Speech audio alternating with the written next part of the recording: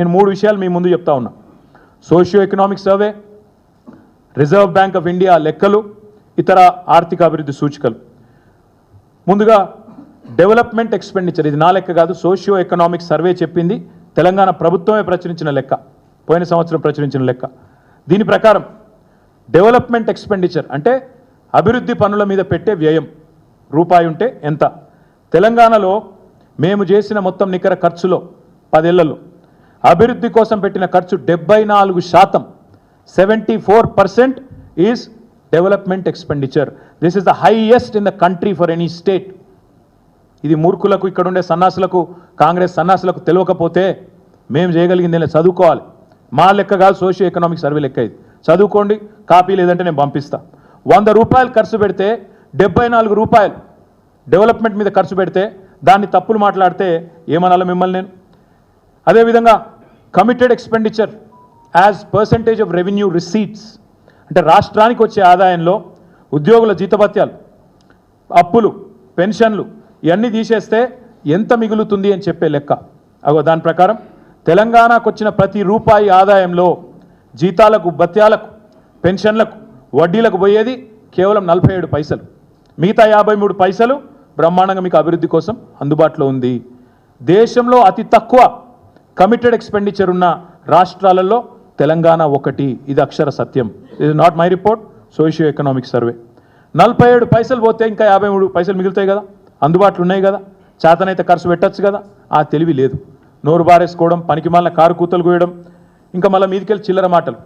మాకు ఉన్నదంతా వడ్డీలు కడుతుంది పోతుంది, జీతాలకే పోతుంది, పెన్షన్లకే పోతుంది. అది కూడా మీకు తెలవాలి. దయచేసి నేను పత్రికా మిత్రులను కూడా కోరుతా ఉన్నా.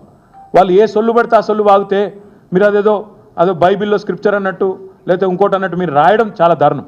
యాజ్ ఇట్ ఈస్ ప్రచురించడం, ఫ్యాక్ట్ చెక్ చేయకుండా చాలా చాలా దారుణం. దయచేసి నేను చెప్పే దానిలో కూడా తప్పుంటే ప్లీజ్ ఫ్యాక్ట్ చెక్. వాళ్ళు చెప్పేదానిలో తప్పున్నా ఫ్యాక్ట్ చెక్ చేయండి. ఆపోజిషన్ చెప్పేదైనా, గవర్నమెంట్ చెప్పేదైనా అవి వేదాలు కాదు, అవేం బైబిల్ సూక్తులు కాదు, అవేంలో ఖురాన్లోనో లేకపోతే ఇంకో దానిలోనో రాసిన గొప్ప విషయాలు కాదు. అందుకే మేము చెప్పేది, అసలు ఈ ముఖ్యమంత్రికి కానీ ఈ క్యాబినెట్ కానీ కనీస పరిజ్ఞానం, కనీస అవగాహన లేదు. వాళ్ళు మాకు అప్పజెప్పిపోయిన నాడు రాష్ట్రాన్ని 2014లో ఆనాడు అప్పజెప్పిపోయిన నాడు రెవెన్యూ సర్ప్లస్ 369 కోట్లు, 369 crores.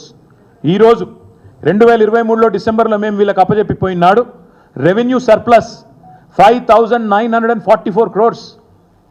5,944 crores అంటే 16 రెట్లు ఎక్కువ సర్ప్లస్తో మీకు అప్పజెప్పి వచ్చినాం మేము. రెవెన్యూ సర్ప్లస్ అంటే ఏంది అసలు? Revenue receipts minus revenue expenditure. Revenue receipts అంటే ఏంది? రాష్ట్రం యొక్క సొంత ఆదాయం, కేంద్రం మీద గ్రాంట్స్ మీద ఆధారపడకుండా రాష్ట్రం యొక్క సొంత ఆదాయం ఏదైతే ఉంటుందో దాన్ని రెవెన్యూ రిసీట్స్ అంటారు. అంటే దబ్బన మోడీకి కోపం వచ్చింది, రూపాయి ఇయ్యడనుకో, రూపాయి కూడా ఇయ్యడనుకో, మరి అప్పుడు రాష్ట్రం మిగుల్లో ఉంటుందా లేక లోట్లో ఉంటుందా అనేది పాయింట్. మోడీకి కోపం వచ్చి కేంద్రం నుంచి మనకు రావాల్సిన పైసా ఒక్కటి రాకపోయినా, లేదా డెవల్యూషన్ కూడా మనకు రాజ్యాంగబద్ధంగా రావాల్సింది రాకపోయినా, తెలంగాణ యొక్క పరిస్థితి ఏంటంటే ఆర్థిక పరిస్థితి మేము వదిలిపెట్టిపోయినాడు, మేము దిగిపోయినాడు. రెవెన్యూ రెసీట్స్ పరంగా చూస్తే అగ్రభాగాన భారతదేశంలో ఉన్నాం, టాప్ 2nd ప్లేస్లో ఉన్నాం. Revenue receipts minus revenue expenditure అంటే రెవెన్యూ ఎక్స్పెండిచర్ అంటే ఏంటిది?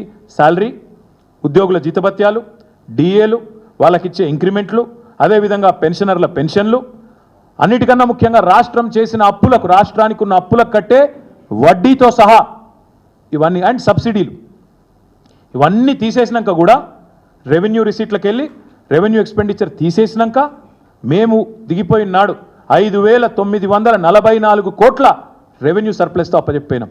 అందుకే నేను అనేది, ఇప్పటి నుంచి ఎవరైనా తప్పుడు కూతలు కూస్తే మేమేదో వాళ్ళు కనీసం వడ్డీలు కట్టలేక అప్పుల పాలైపోయి జీతాలు ఇవ్వలేక అంటే, అయితే మీకు బడ్జెట్లో ఏం పెట్టినో అదన్న తెలియదు, మీరు పెట్టిన బడ్జెట్లో ఏముందో మీకే తెలియదు. మీ రెవెన్యూ మంత్రి పెట్టింది ఇప్పుడు లెక్క, నేను చెప్పింది కాదు. మీ ఫైనాన్స్ మినిస్టర్ పెట్టిన లెక్క ఇది, డిప్యూటీ సీఎం పెట్టిన లెక్క. మొన్న బడ్జెట్లో 5,944 crore అన్ని ఖర్చులు పోను, రాష్ట్ర సొంత రెవెన్యూ, సొంత ఆదాయం మైనస్ జీతాలు, భత్యాలు, వడ్డీలు, సబ్సిడీలు పోతే మిగులు ఉంది అని చెప్తా ఉన్నారు. మరి మీరు ఎందుకు ఈ తప్పుడు కూతలు కూస్తున్నారు? నేను ఇంకొక మాట ఇక్కడ చెప్తా ఉన్నా, ఎంత గోబెల్స్ మాటలు అంటే, ఇంత పెద్ద ఎత్తున సర్ప్లస్తో అప్పచెప్పిపోతే చిల్లర మాటలు. 7 లక్షల కోట్ల అప్పులు. ఈ 7 లక్షల కోట్ల అప్పులు అనే దానికంటే ఇంక అంతకంటే పెద్ద అబద్ధం ఇంకోట్లేదు. నిజానికి అబద్ధానికి అంగిలాగు దొరికితే ఇప్పుడు అనుముల రేవంత్ రెడ్డి అవుతాడు. అబద్ధానికి అంగిలాగు దొడిగితే అనుముల రేవంత్ రెడ్డి అవుతాడు. గింత చిల్లరన ఒక ముఖ్యమంత్రి అంటాడు. కేసీఆర్కు 1000 ఎకరాల ఫామ్ హౌస్ ఉందట. నువ్వు ముఖ్యమంత్రివా లేకపోతే రియల్ ఎస్టేట్ బ్రోకర్వా? నాకు తెలియక అడుగుతా. 1000 ఎకరాల ఫామ్ హౌస్ ఉందా కేసీఆర్కి? నీ దగ్గరనే ఉంది కదా మొత్తం రెవెన్యూ రికార్డ్స్, తీ బయట పెట్టు. కేసీఆర్కు 1000 ఎకరాల ఫామ్ హౌస్ ఉంటే నీకు రాసిస్తాం, చలో నిజంగానే ఉంటే చూపెట్టు, బయట పెట్టు. సిగ్గు శరం ఏమైనా అనుకుంటారేమో అనే ఇంగితం ఏది లేదు. ఏది పడుతుంది ఉర్రాలే, మీడియా మేనేజ్ చేయాలి, నా డబ్బాలో వచ్చినట్టు చూసుకోవాలి, యూట్యూబ్లలో ఆన్లైన్లో చిల్లర ప్రచారాలు చేయాలి, గంతే. 7 లక్షల కోట్లు కూడా అసంటిదే చిల్లర ప్రచారం. మళ్ళొక్కసారి చెప్తా ఉన్నా, తెలంగాణ ప్రభుత్వం ఈరోజు మీకు ఒక మాట స్పష్టంగా చెప్పాలి. ముందు ఏ రాష్ట్రమైనా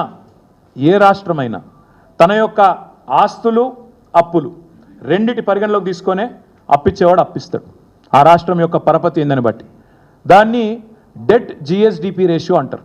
అప్పు మరియు మీ జిఎస్డిపి, మీ రాష్ట్రం యొక్క స్థూల ఆదాయం, ఈ రెండిటి పరిమాణాన్ని తీసుకొని నిష్పత్తి తీసుకొని దాని ఆధారంగానే ఎవడన్నా అప్పిస్తాడు. ఇవాళ తెలంగాణ భారతదేశంలోనే హైయెస్ట్ ఫిజికల్ ప్రూడెన్స్ ఉన్న రాష్ట్రాల్లో తెలంగాణ ఒకటి. అత్యల్పంగా డెట్ జిఎస్డిపి ఉన్న రాష్ట్రాల్లో కింది నుంచి ఉంటాం మనం 4వ 5వ స్థానంలో. మీరు చూడండి ఒక్కసారి కాంగ్రెస్ వాళ్ళ లెక్క. పంజాబ్ రాష్ట్రం మొన్నటిదాకా వీళ్ళే పరిపాలించారు రాప్ కంటే ముందు. అక్కడ డెట్ జిఎస్డిపి రేషియో 44.1%. మొన్నటిదాకా కాంగ్రెస్ పరిపాలనలో ఉన్న పంజాబ్లో 44.1% డెట్ జిఎస్డిపి. ఈరోజు హిమాచల్ ప్రదేశ్లో కాంగ్రెస్, అక్కడ డెట్ జిఎస్డిపి 42.5. రాజస్థాన్ మొన్నటిదాకా కాంగ్రెస్ 36% డెట్ జిఎస్డిపి. అదే తెలంగాణ 27%, కర్ణాటక 23%. అంటే దాదాపు మనకు దగ్గరలో ఉంది. మరి తెలంగాణ అప్లపాలైందంటే మరి రాజస్థాన్, హిమాచల్, పంజాబ్ అవన్నీ పీకినాయి, ఎత్తిపోయినాయి మొత్తం. అక్కడ మీ కాంగ్రెస్ వాళ్ళు ఉన్నారు కదా, మాట్లాడుతందుకు సిగ్గుశరం లేదా? ఏది పడుతుంది ఉర్రొచ్చా నోరుని? కానీ ఇంత దారుణమా? ఇంకా దరిద్రం ఏంటంటే అసలు 7 లక్షల కోట్ల అప్పు ఎక్కడిది? ఇంతకంటే చిల్లర మాట ఉంటుందా? ఇంకోటి, మీరు విడుదల చేసిన శ్వేతపత్రంలోనే డిసెంబర్ 23లో మీరు అధికారంలోకి రాగానే శ్వేతపత్రం విడుదల చేశారు. మీరు ఏం చెప్పినలా? గవర్నమెంటు 2 రకాలుగా అప్పులు ప్రభుత్వం చెల్లించాల్సిన అవసరం లేని అప్పులు ఉన్నాయని చెప్పిండ్రు. గవర్నమెంట్ హామీ లేనివి, అదేవిధంగా గవర్నమెంట్ కట్టాల్సిన అవసరం లేనివి. 2 కలిపితే దాదాపు ఒకటేమో 59,414 కోట్లు, ఇంకోటేమో 95,462 కోట్లు. ఇది ఎందుకు చెప్తున్నా అంటే గవర్నమెంట్ వీటికి సంబంధమే లేదు. గవర్నమెంట్ అందులో కనీసం రూపాయి ఇచ్చే అక్కర కూడా లేదు. ఆ కార్పొరేషన్లు కానీ ఇండిపెండెంట్ కార్పొరేషన్లు అవన్నీ కూడా వాటికి పరపతి ఉంది కాబట్టి ఇస్తారు. కేవలం గవర్నమెంట్ అనేది గ్యారెంటర్గా ఉంటుంది అంతే. దాన్ని కూడా అప్పు అంటే నువ్వు రూపాయి కట్టేది లేదు అక్కడ. ఈ 2 కలిపితే 1,54,876 కోట్లు. నువ్వు చెప్పే 6,71,000 కోట్లు అనేది పచ్చి అబద్ధం. జోసెఫ్ గోబెల్స్ను మించిపోతున్నావు, అందుకే చెప్పేది. ఈ 2 తీసేస్తే 1,54,000 కోట్లు ప్రభుత్వం అవసరం లేని, కట్టాల్సిన అవసరం లేని అప్పులు. 2 1,54,000 కోట్లు. అది పోను మా ప్రభుత్వం వచ్చిన నాటికే పాత అప్పు ఏదైతున్నదో 72,658 కోట్లు మా ప్రభుత్వం వచ్చే నాటికి 2014లో. సో 72,658 ప్లస్ 1,54,000 కోట్లు ఇవి తీసేస్తే మిగిలిందెంత? 4 లక్షల చిల్లర కోట్లు, 4,20,000 కోట్లు. ఇక దీనికి వీళ్ళ బిల్డప్ ఏదో జరిగిపోయింది. ఇప్పుడే నేను చెప్పిన మరి తెలంగాణ రేషియో డెట్ జిఎస్డిపిలో 27, పంజాబ్ది 44, రాజస్థాన్ 36, హిమాచల్ 42. ఇది నీ కాంగ్రెస్ ప్రభుత్వంలో ఉంది కదా. మరి వాళ్ళు మనకంటే 15%, 17% ఎక్కువ ఉంటే వాళ్ళు మొత్తం ఎత్తిపోయిన దుకాణం బంద్ చేసుకుంటారు రేపు. ఇంతకంటే దారుణం ఉంటుందా అబద్ధం చెప్పడంలో? దయచేసి ముఖ్యమంత్రి అనేది అప్పుల గురించి కాదు, నీ తప్పుల గురించి ఇలా ప్రజల్లో చర్చ జరగాల్సిన అవసరం ఉంది. అప్పుల గురించి తప్పుడు కూతలు కూయడం మానేయి.